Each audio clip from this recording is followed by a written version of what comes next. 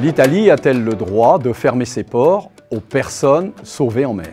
La réponse sur le plan juridique est clairement non. La Convention SAR de l'Organisation maritime internationale organise les opérations de sauvetage et à travers le centre de coordination de Rome, l'Italie a des obligations. Le protocole de 2004 de la Convention SAR prévoit que les personnes rescapées en mer doivent être transportées dans un port dans les délais les plus rapides. Et les ports italiens ne sont pas des ports en danger, fermés, obstrués à l'activité de navigation maritime. L'Italie a choisi politiquement, le nouveau gouvernement italien, de ne pas respecter ses obligations internationales et engage de ce point de vue-là sa responsabilité internationale.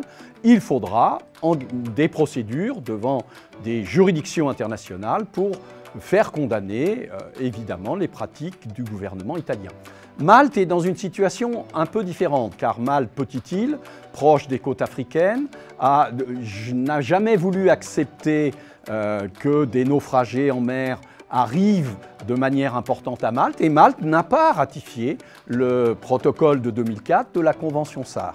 Et c'est pour ça que le MRCC, le Centre de coordination maltais, a beaucoup travaillé avec le MRCC de Rome de manière à ce que finalement les personnes recueillies en mer soient plutôt débarquées à Lampedusa ou en Sicile, au port de Messine, bref, dans les ports italiens. L'Italie doit respecter ses obligations et notamment permettre le débarquement dans ces ports, l'examen des dossiers individuels de demande d'asile et la Cour européenne des droits de l'homme en 2002 a déjà condamné l'Italie pour des mesures de refoulement collectif sans respect de la Convention de Genève de 1951 et sans analyse des situations individuelles.